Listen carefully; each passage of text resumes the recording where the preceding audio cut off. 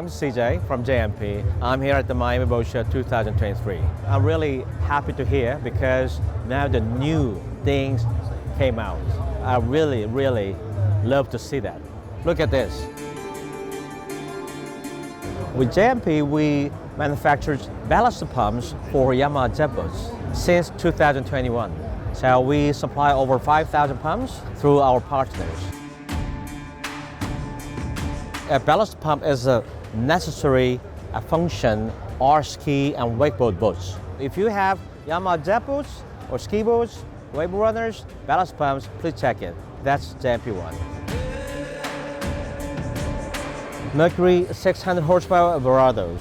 So this is the first engine from Mercury up to 600 horsepower performance outboard engines. That's a very innovative one. You can see the V12 the engines, 1, 2, 3.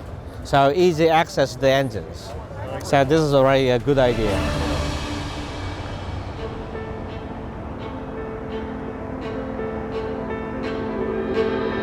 And here's I come to the Miami Boat Show.